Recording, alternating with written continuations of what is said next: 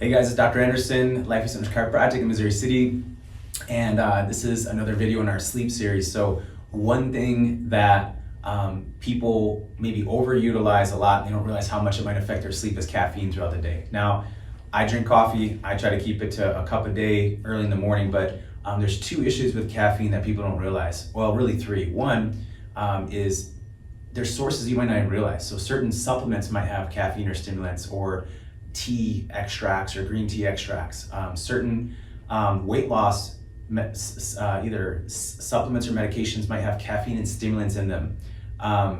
Different chocolates actually has caffeine in it as well. So there's other food sources as well, and supplemental forms outside of coffee or even tea that you might not think of.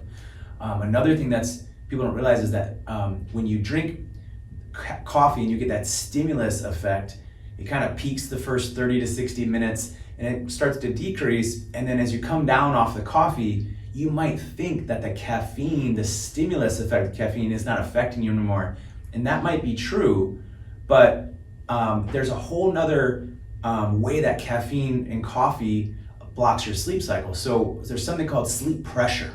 If you've ever been driving drowsy and you're fighting to stay awake and you're turning up the radio and you're rolling the window down and you're starting to get anxious that you're worried you might fall asleep because it's so uncontrollable, or you're watching a movie and you're really trying to stay awake but you keep falling asleep watching the movie, that's called sleep pressure. So it's at a certain point that your body, when it becomes exhausted and it's time to sleep, will raise a chemical messenger called adenosine, and that when that adenosine goes up in the brain, it creates a sleep pressure response that's really, really hard to resist. If you've ever almost fallen asleep at the wheel or can't stay awake watching a movie, that's the pressure you felt. You can't resist it after a while. It's gonna take over.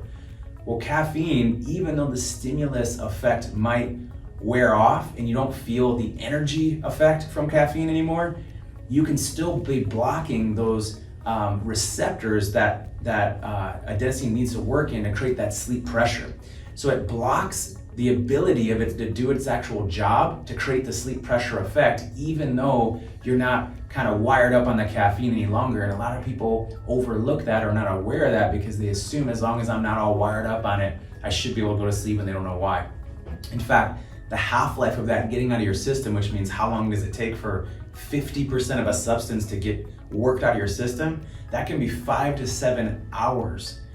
So if you're gonna have coffee in the afternoon, I recommend keeping it before 1 o'clock, even before 12 if you can. That's a great tip for the coffee drinkers. Keep it to 1, maybe 2 cups max during the day, and keep it earlier on in the day. Be aware of certain teas that might have caffeine in it. Even decaf still has caffeine.